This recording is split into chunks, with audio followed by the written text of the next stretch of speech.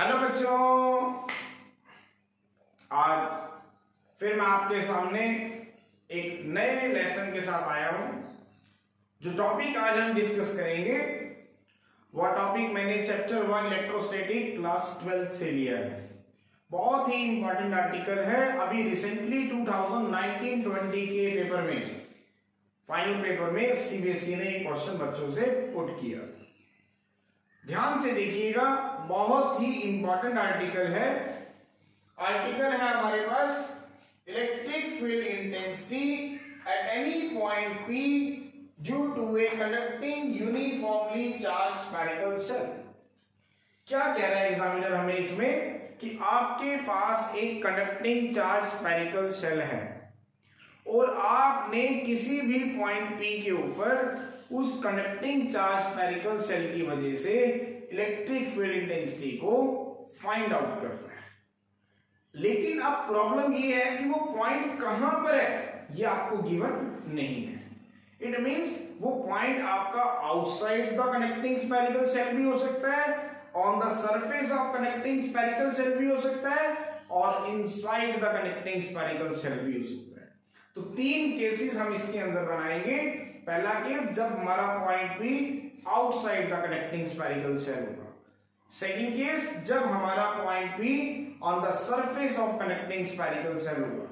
और तीसरा केस, जब हमारा point P inside the connecting spherical shell होगा। तो स्टार्ट करते हैं इसको। Let us consider a, this is the conducting charge spherical shell. This is the conducting charge spherical shell having center point is say O and radius is say R. मैंने एक conducting charge spherical shell ले लिया। Let us consider a conducting charge spherical shell. Let us consider a conducting charge spherical shell of radius say R। मैंने क्या लिया, ये conducting charge spherical shell ले लिया, having center point is say O, having center point is say O।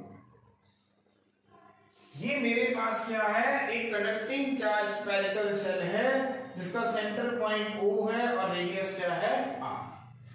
अब जब मैं charge इसको दूंगा तो दिस इज द कंडक्टर। और आप सभी को पता है कि कंडक्टर की एक प्रॉपर्टी है कि जब भी उस पर चार्ज डाला जाता है तो सारा का सारा चार्ज यूनिफॉर्मली डिस्ट्रीब्यूट हो जाता है सरफेस के ऊपर। सो मान लेते हैं कि let Q be the charge given to the conducting spherical shell. Let Q be the charge given to the conducting spherical shell which is uniformly distributed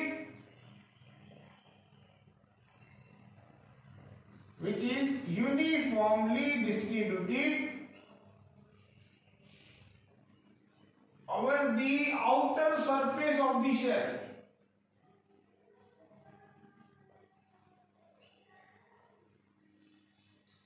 मैंने क्या किया, एक यूनिफॉर्मली कंडक्टिंग स्फेरिकल शेल लिया जिसका सेंटर पॉइंट क्या है O और radius क्या है कैपिटल O। अब Q चार्ज मैंने इसको डिस्ट्रीब्यूट कर दिया।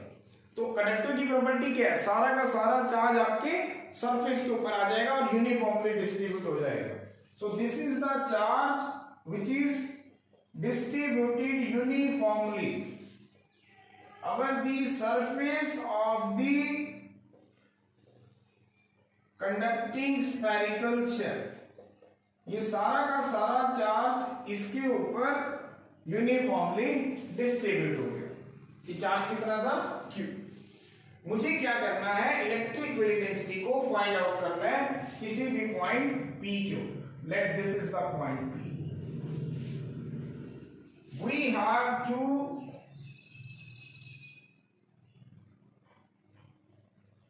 calculate the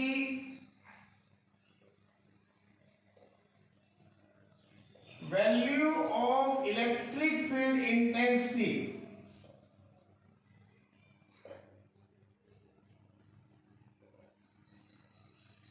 at any point P।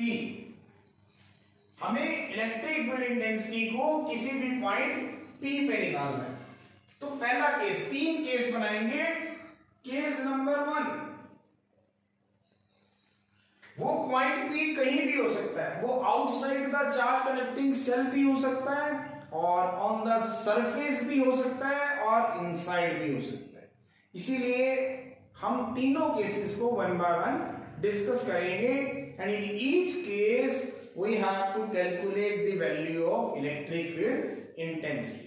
तो सबसे पहला केस, if the point P is lying, if the point P is lying outside the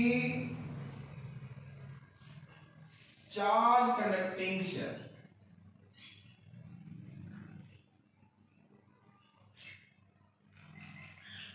सबसे पहला केस मैंने क्या मान लिया कि जो मेरा पॉइंट P है वो कहां लाइज कर रहा है, outside the charge conducting shell. तो let us draw a imaginary Gaussian surface around this spherical shell. Let us draw the imaginary Gaussian surface around this spherical shell. So this is the Gaussian surface. मैंने क्या किया, ये imaginary Gaussian surface को मैंने draw कर लिया इसके चारों। This is the imaginary Gaussian surface having the radius, इससे हमने मान ली कि कितनी है रेडियस हमारे पास, दैट इज r।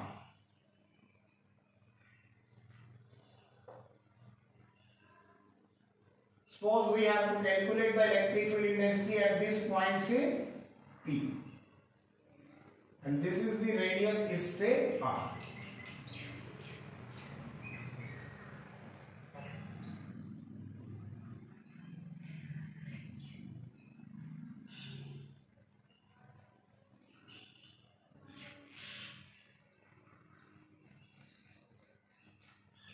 तो हमें क्या कैलकुलेट करना था, इस पॉइंट के ऊपर इलेक्ट्रिक फील्ड इंटेंसिटी क्या है। तो मैंने क्या किया, ये गॉसियन सरफेस ड्रॉ कर लिया। This is an imaginary Gaussian surface जो कि इस कंडक्टिंग स्फेरिकल शेल के चारों ओर मैंने ड्रॉ कर लिया, जो उस पॉइंट P से मेरा पास हो गया, जिसकी रेडियस कितनी है, r। अब ये जो चार्ज है, आप सभी को पता है कि पॉजिटिव चार्ज की वजह से जो इलेक्ट्रिक फील्ड इंटेंसिटी है वो आउटवर्ड डायरेक्शन में लगती है। इसका मतलब जो इलेक्ट्रिक फील्ड डायरेक्शन है उसकी जो डायरेक्शन होगी इलेक्ट्रिक फील्ड इंटेंसिटी की, वो इस डायरेक्शन में होगी, इज इन दिस डायरेक्शन। और इलेक्ट्रिक फील्ड इंटेंसिटी जो है हर एक पॉइंट के ऊपर वो सेम लगेगी। क्यों सेम लगेगी, क्योंकि r will be same for every point. किसी भी पॉइंट से अगर पॉइंट का डिस्टेंस चेक करोगे तो इट विल बी r। तो it means the value of the electric field intensity due to the non connecting charge spherical shell is radially outward, एक तो बाहर की ओर लगेगी, and it is to be same for every point on the Gaussian surface. तो check करते हैं, इस पॉइंट P के ऊपर निकालते हैं, इसका सरफेस एरिया कितना है, S1। This surface area is say S। ये जो uniform charge connecting spherical shell है, इसका सरफेस एरिया कितना है, हमने मान लिया कि S, और इसका कितना है गॉसियन सरफेस का, दैट इज S। तो लगाएंगे according to Gauss theorem. Gauss theorem को अप्लाई करेंगे। इलेक्ट्रिक फील्ड किस डायरेक्शन में है, आउटवर्ड डायरेक्शन में है। मैं यहां पे एक स्मॉल सरफेस ले रहा हूं, this is the small surface having the surface area is say ds1 and this n is the unit vector outward normal to the surface, क्योंकि हमें पता है कि सरफेस एरिया एक वेक्टर क्वांटिटी होती है। अब ध्यान से देखिए, जो E और N है both are in the same direction, तो थीटा क्या होगा 0 डिग्री, cos 0 इज 1। तो लगाते हैं Gauss theorem. According to Gauss theorem आप सभी को पता है, the surface integral of electrostatic field E, general definition की मैं बात कर रहा हूं, ध्यान से सुनेंगे। According to Gauss theorem, the surface integral of closed surface integral of electrostatic field E produced by any sources enclosing a closed surface S enclosing a volume V is 1 by epsilon naught. 1 by epsilon naught times of the total charge enclosed. ये हमें Gauss theorem कहती है। तो लगाए इस surface के ऊपर, तो कितना बनेगा आपके पास, this is S1 E dot ds1 is equal to 1 by epsilon naught times of Q। Now इसको एक्सपेंड करेंगे। Now what is ds1, that is n unit vector into ds1, 1 by epsilon naught times of Q। E and N both are in the same direction and N is a unit vector, its value is 1, तो cos 0 theta कितना बनेगा 0 degree, तो cos 0 is 1।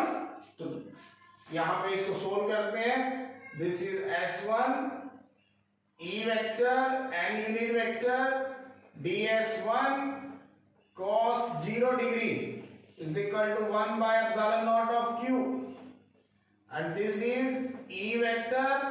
now n unit vector की value कितनी हो जाएगी, this is the unit vector 1 ds1 cos 0 is again 1 by epsilon naught times of Q। तो ये आ गया आपके पास S1 E into ds1 is equal to Q by epsilon naught। Electric field intensity मैंने आपको बताया था, it will be same at every point on the surface, तो integration से बाहर ले लेंगे, तो this is S1 ds1 is equal to Q by epsilon naught. अब इस सरफेस एरिया का जब आप इंटीग्रेशन लोगे तो इसका मतलब पूरे सरफेस एरिया की बात हो रही है। अब surface area of sphere having the radius r कितना होता है आप सभी को पता है, that is 4 pi r square. So it comes out to be E 4 pi r square is equal to Q by epsilon naught। तो E कितना आ गया आपके पास, Q by 4 pi epsilon naught r square। It means जो electric field intensity I वो कितनी आई, E is inversely proportional to r। इसका मतलब अगर तो हमारा point outside the spherical shell है, तो उस केस में जो इलेक्ट्रिक फील्ड इंटेंसिटी है वो कितनी आ रही है आपके पास, Q by 4 pi epsilon naught r square। It means E is inversely proportional to r square। Second case, case number 2 क्या है हमारे पास, अगर ये पॉइंट इस सरफेस के ऊपर लाइज कर जाए, if the point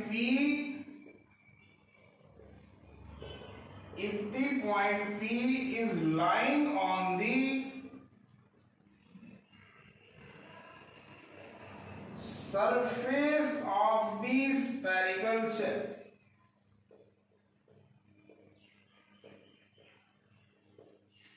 if the point P is lying on the surface of the spherical shell, अगर यहां लाइज करेगा तो it means R is equal to R, तो इलेक्ट्रिक फील्ड इंटेंसिटी जो है वो मैक्सिमम हो जाएगी, and E maximum is comes out to be Q by 4 pi epsilon naught r square। तो इलेक्ट्रिक फील्ड इंटेंसिटी क्या हो जाएगी आपकी, मैक्सिमम हो जाएगी, that is Q by 4 pi epsilon naught r square। तीसरा केस हम बनाएंगे कि अगर हमारा पॉइंट P इसके अंदर लाइज करता है, इन टर्म्स ऑफ अगर आप सरफेस चार्ज डेंसिटी निकालना चाहते हैं तो वो भी निकाल सकते हैं। We know that sigma is equal to that is Q by A। Now what is sigma, Q by A that is 4 pi r square। तो इलेक्ट्रिक फील्ड डेंसिटी कितनी आ गई आपके पास सिग्मा ओवर एप्सिलॉन। ये भी एक रिजल्ट है इसका। इलेक्ट्रिक फील्ड डेंसिटी कितनी आ जाएगी आपकी, क्यू की वैल्यू रखेंगे sigma into 4 pi r square, तो ये की वैल्यू आ जाएगी sigma over epsilon. In terms of surface charge density भी हम बात कर सकते हैं। तीसरा इंपॉर्टेंट केस ध्यान से देखिएगा कि अगर पॉइंट P इस स्फेरिकल शेल के अंदर आ जाए, if the point P is lying on the inside the spherical shell, अगर पॉइंट P आपका कहां पे आ जाए, इस स्फेरिकल शेल के अंदर आ जाए।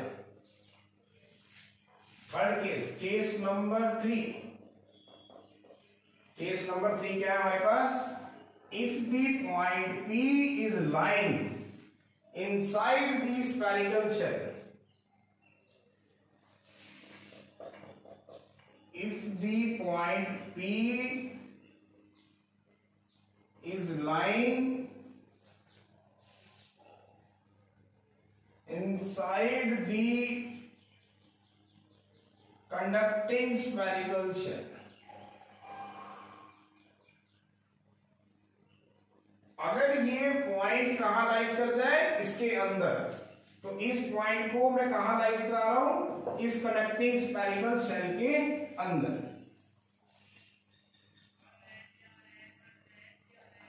तो this is the connecting spherical shell, this is the conducting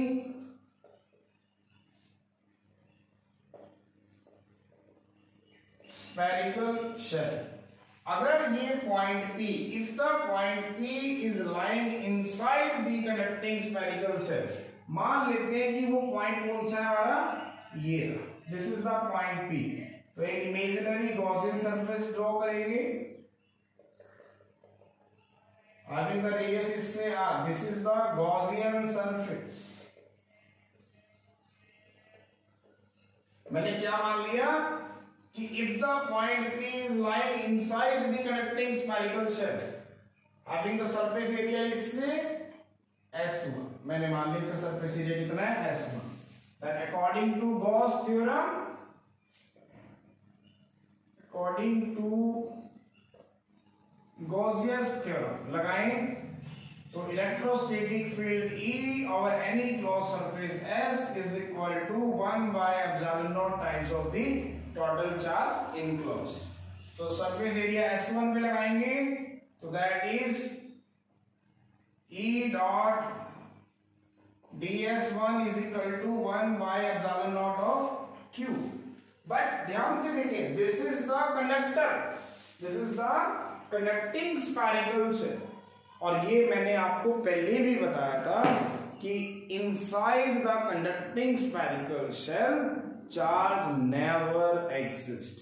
कोई भी चार्ज हमारा कंडक्टिंग स्फेरिकल शेल के अंदर नहीं रह सकता, क्योंकि ये एक कंडक्टर की प्रॉपर्टी है कि अगर आप उसे चार्ज देंगे, if you have to given a some charge to the connecting spherical shell, then it will be uniformly distributed over its outer surface। सारा का सारा चार्ज उसके आउटर सरफेस पे आ जाएगा। तो कोई भी charge, there is no charge is to be exist inside the spherical shell। तो it means Q is 0 because it is a conductor। और आप सभी को पता है कि कंडक्टर के अंदर कोई भी चार्ज एग्जिस्ट नहीं कर सकता, तो Q कितना हो जाएगा, 0। तो it means E dot ds1 is equal to 0। It means E dot s1 is equal to 0। अब आप बताएं कि क्या सरफेस एरिया कभी 0 हो सकता है? अगर एक डॉट भी लगा दिया तो इसका भी अपना एक सरफेस एरिया है। सरफेस एरिया इज नेवर 0, तो इसका मतलब इलेक्ट्रिक फील्ड को 0 होना पड़ेगा। तो electric field is 0 as S1 is not equal to 0।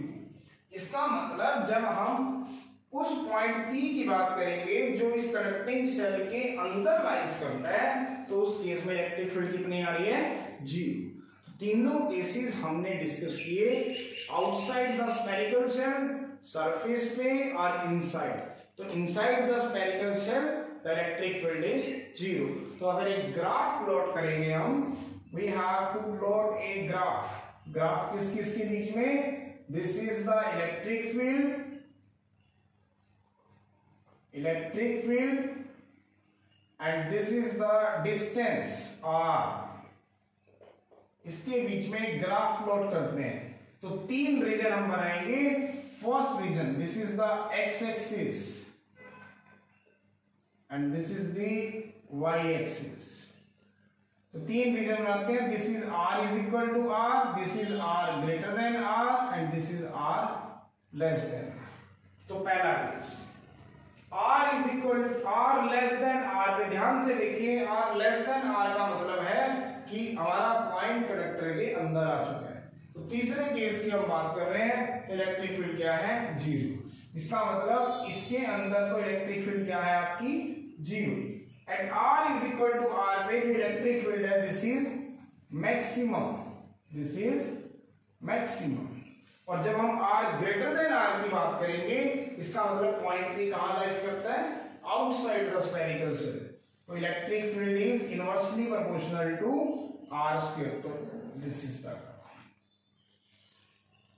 It means ये कर्व हमें क्या बता रहा है कि if the point P is lying outside the spherical shell, तो इलेक्ट्रिक फील्ड इंटेंसिटी जो है वो होगी inversely proportional to r square.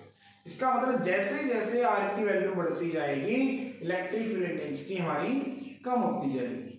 और जैसे जैसे पॉइंट P अगर r के पास आता रहेगा, r कम होता रहेगा, तो इसका मतलब इलेक्ट्रिक फील्ड इंटेंसिटी आपकी बढ़ती रहेगी। तो देखिए बढ़ रही है, जैसे ही यहां पे आएगा सरफेस के ऊपर, तो इट विल बिकम मैक्सिमम। और अगर इसके अंदर बात करेंगे दिस रीजन की, at r less than r, जिसमें हमारा point P inside the spherical shell है, तो इलेक्ट्रिक फील्ड कितनी हो जाएगी, 0। तो मेरे प्रिय विद्यार्थियों, बहुत ही इंपॉर्टेंट आर्टिकल था जिसमें हमने इलेक्ट्रिक फील्ड इंटेंसिटी को 3 पॉइंट पे चेक किया। पहला पॉइंट जिसमें हमारा पॉइंट, पहला केस जिसमें हमारा point outside the connecting spherical shell है, तो उसमें आपने देखा कि electric field intensity inverse square law को ओबे करती है। It is inversely proportional to square of their distance from the point O। लेकिन अगर हम सरफेस के ऊपर आते हैं, तो इलेक्ट्रिक फील्ड इंटेंसिटी मैक्सिमम हो जाती है। और जैसे ही सरफेस से अंदर आएंगे, r लेस देन r में आएंगे, तो इलेक्ट्रिक फील्ड इंटेंसिटी हमारी 0 हो जाएगी, बिकॉज कंडक्टर के अंदर चार्ज एग्जिस्ट नहीं कर सकता, जैसा कि हमने इस आर्टिकल में देखा। So this is the complete discussion about the electric field intensity due to a charge conducting spherical shell. So मेरे प्रिय विद्यार्थियों, I will again come back with a new video, और उसमें हम देखेंगे electric field intensity due to a non conducting charge spherical shell. बस होगा क्या, इस कंडक्टिंग स्फेरिकल सेल की बजाय हम उसके अंदर non conducting charge spherical shell. So मेरे प्रिय विद्यार्थियों, ये वीडियो मैं बहुत ही जल्दी आप तक पहुंचा दूंगा।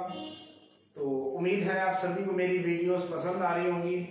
तो एट लास्ट मेरे प्रिय विद्यार्थियों, if you like my videos, then please don't be forget to like, share and subscribe and share it maximum to your friends so that they can also take the advantage of my videos and clear our doubts in a very simple and simplified ways. So मेरे प्रिय विद्यार्थियों, ध्यान रखें, ये जो videos मैं आप तक शेयर कर रहा हूं, इसका सिर्फ एक ही पर्पस है कि आपके सभी डाउट्स मेरे इस चैनल के थ्रू क्लियर हो। कोई भी क्वेरीज हो, कोई भी डाउट हो, तो आप इन वीडियोस के थ्रू उसे क्लियर कर सकते हैं। तो at last I am again saying, if you like my videos, then please don't forget to like, share and subscribe. धन्यवाद।